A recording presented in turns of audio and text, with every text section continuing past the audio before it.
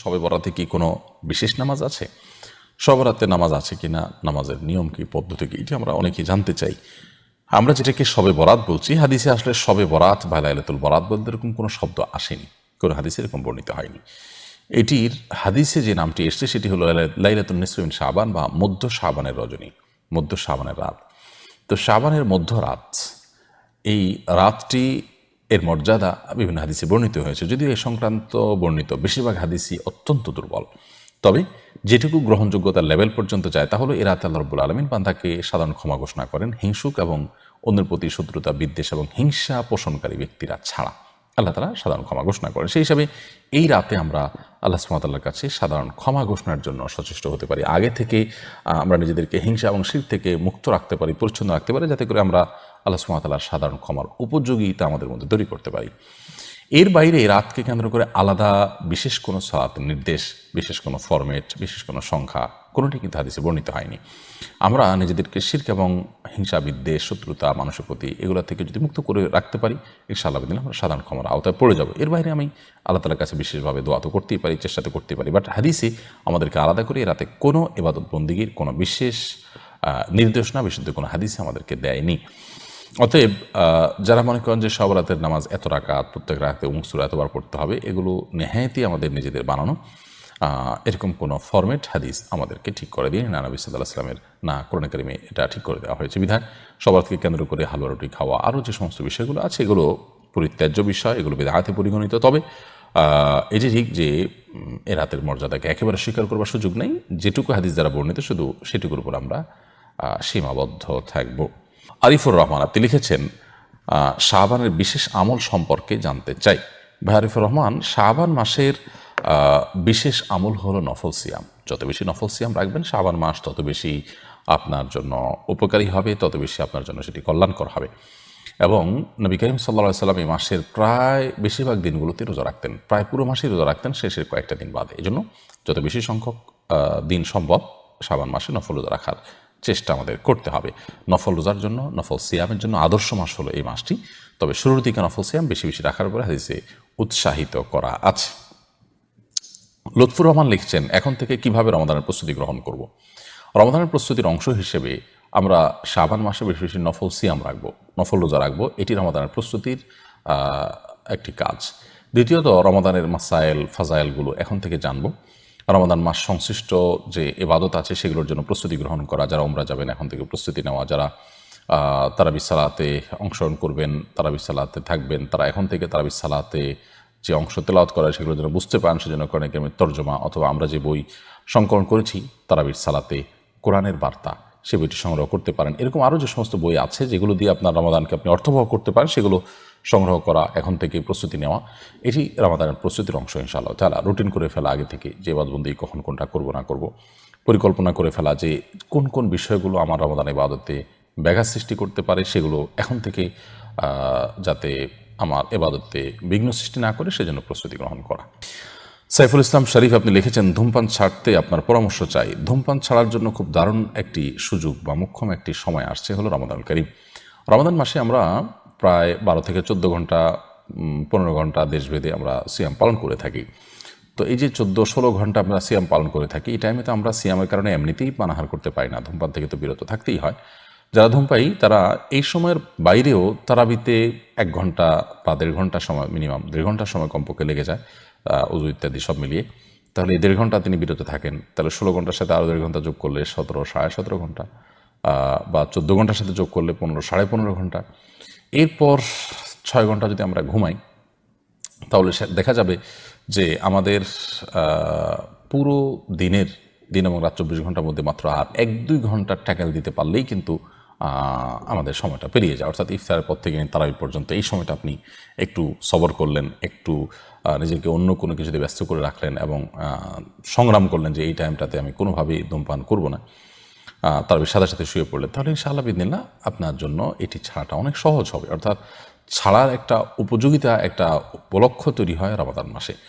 আর মানুষ যখন হিম্মত করে, সৎসাহস করে, মানুষ দ্বারায় অসম্ভব আসলে কিছুই থাকে না। দরকার সেই সিরিয়াস লেভেলের সদিচ্ছা। ইচ্ছাটা দুর্বল থাকলে মানুষ আসলে করতে পারে না, ইচ্ছাটা প্রবল থাকা উচিত এবং যে কোনো মূল্যে আমি করবো প্ল্যান করা উচিত। বিষয়টা এরকম না যে এটা না করলে আমি মরে যাব, এই পর্যায়ে না, একটু কষ্ট হবে, এতটুকু কষ্ট তো আমি সহ্য করার মতো মানসিকতা থাকতে হবে। আল্লাহ তাআলা আপনাকে তৌফিক দান করুন এই বদ অভ্যাসটি পরিত্যাগ করার, এবং যে সমস্ত ভাইরা আমরা এই সমস্ত রোগে আক্রান্ত, বদ অভ্যাসে আক্রান্ত, আল্লাহ তাআলা তাদেরকে উদ্ধার করুন।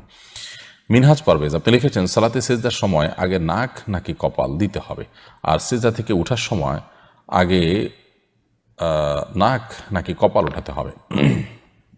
দেখুন, আমরা যখন সিজদা যাব, তখন সিজদা যাওয়ার পর নাক এবং কপাল অলমোস্ট কাছাকাছি সময় আমাদের পড়বে। এখানে আসলে আগে পরের কোনো ব্যাপার না, এবং ওঠানোর ক্ষেত্রেও তাই, একসঙ্গে উঠতে পারে। মূলত হাত আমাদের আগে যাবে, এরপরে আমাদের মাথা যাবে, মাথার মধ্যে স্বাভাবিকভাবে কপাল আগে, এরপর নাক যেতে পারে, ওঠার ক্ষেত্রেও তাই। কিন্তু যদি একটু এদিক সেদিক হয়ে যায় তাতে কোনো সমস্যা নেই।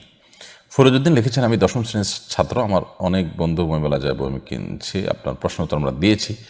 রোমা খান আপনি লিখেছেন, তারাবি নামাজ 4 রাকাতের নিয়মতে পড়া যাবে কিনা?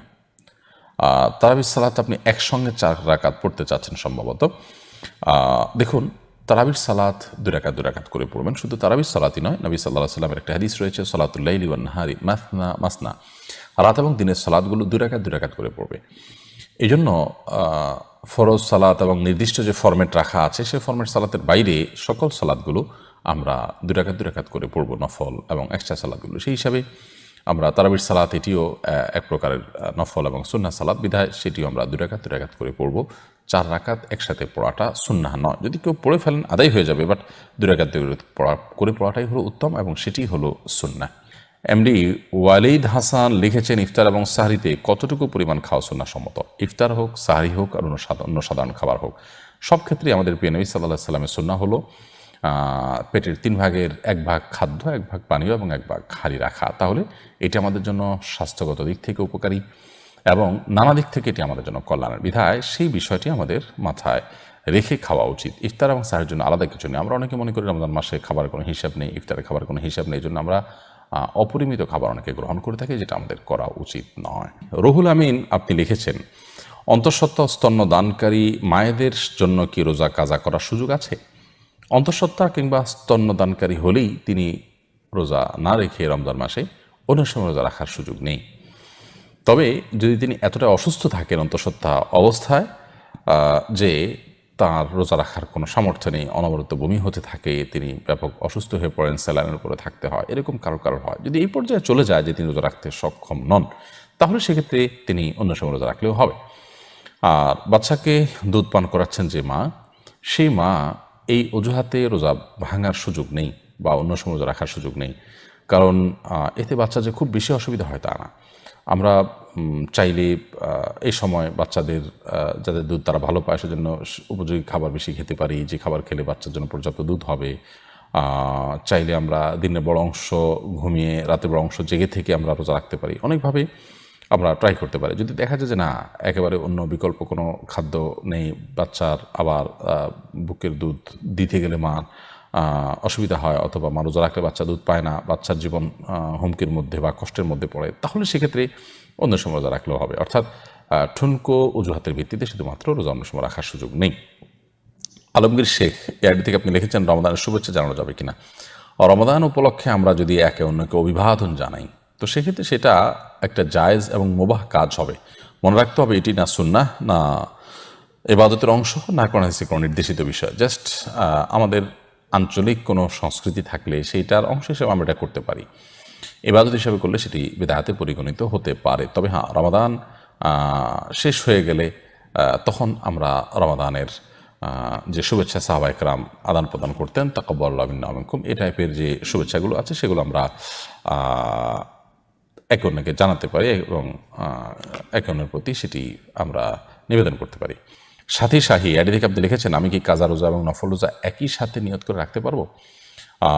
একই সঙ্গে আপনি একটি রোজা রেখে কাজা নিয়ত করবেন, আবার নফল নিয়ত করবেন, এর সুযোগ নেই। নফলের একাধিক নিয়ত থাকতে পারে, কিন্তু ফরজ নিয়ত করলে সেখানে পাশাপাশি নফলের নিয়ত করলে সেটি আদায় হবে না, বা নফলটা আদায় হবে না, শুধু ফরজটা আদায় হবে।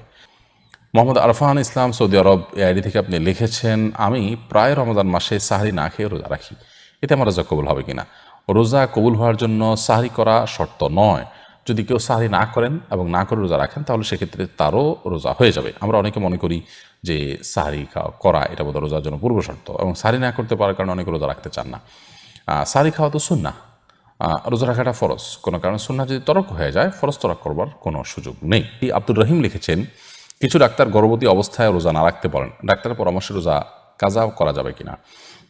দেখুন, যেই ডাক্তার রোজার গুরুত্ব বুঝেন, রোজা যে ফরজ মুসলমানের জন্য, এটা যে আসলে ঐচ্ছিক কোনো ব্যাপার না, সেরকম ডাক্তার যদি রোগীর অবস্থা পর্যালোচনা করে তাকে রোজা না রাখতে বলেন, তাহলে সেক্ষেত্রে রোজা না রাখার সুযোগ অবশ্যই আছে। কিন্তু যিনি রোজার গুরুত্ব এতটা বুঝেন না, এটা যে ফরজ বিধান, এটা যে মানুষের জন্য অপরিহার্য বিষয় একজন ইমানদারের জন্য, এটি যিনি বুঝতে পারেন না, তিনি হয়তো মনে করছেন এটা রাখলে রাখলো, না রাখলে না, এই টাইপের বিষয়, তাহলে সেক্ষেত্রে তার মতামতের ভিত্তিতে রোজা ভাঙা যাবে না। এজন্য দিনদার, ধার্মিক এবং রোজার গুরুত্ব বুঝেন এরকম ডাক্তারের পরামর্শ যদি হয়, তিনি যদি পুরো শারীরিক ব্যাপারগুলোকে পর্যালোচনা করে পরামর্শ দেন, তাহলে সেক্ষেত্রে সেটি আপনি করতে পারেন।